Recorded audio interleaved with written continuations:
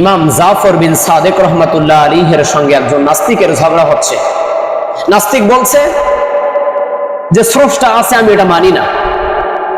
ইমাম জাফর বিন সাদেক রহমাতুল্লাহ আলাইহি তখন নাস্তিককে বলছেন, নাস্তিক, তোমার জীবনে কি এমন কোন ঘটনা ঘটেছে, তুমি সমুদ্রে পথে আরোহণ করতেছিলে আর তোমার জাহাজটা ডুবে গিয়েছিল, এমন ঘটনা কি তোমার জীবনে ঘটেছে?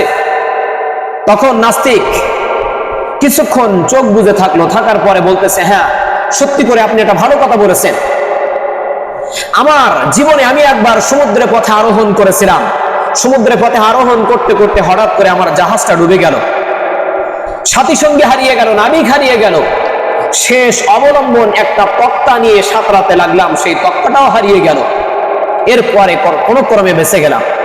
ইমাম জাফর বিন সাদেক রহমাতুল্লাহ আলাইহি তখন বলতেছে, আচ্ছা নাস্তিক, সত্যি করে বলো, তোমার বুকে হাত দিয়ে তুমি বলো, যখন তোমার জাহাজটা ডুবে গেল, সাথী সঙ্গী হারিয়ে গেল, যখন নাবিক হারিয়ে গেল, শেষ অবলম্বন তক্তাটাও যখন তোমার হারিয়ে গেল, তখন তুমি কার কাছে সাহায্য চেয়েছিলে? নাস্তিক তখন কিছুক্ষণ নীরব হয়ে গেল।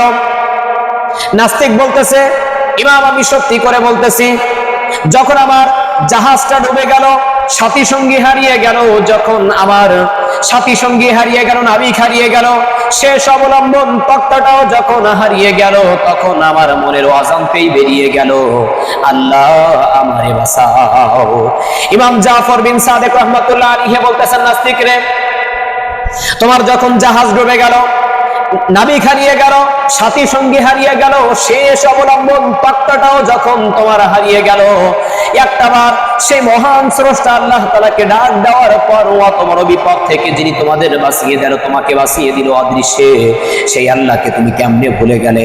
তখন নাস্তিকের চোখ থেকে পানি গড়িয়ে পড়লো। নাস্তিক বলল, ইমাম আমি ভুল করেছি, আমাকে জলদি করে কালেমা পড়িয়ে দেন, লা ইলাহা ইল্লাল্লাহু মুহাম্মাদুর রাসূলুল্লাহ।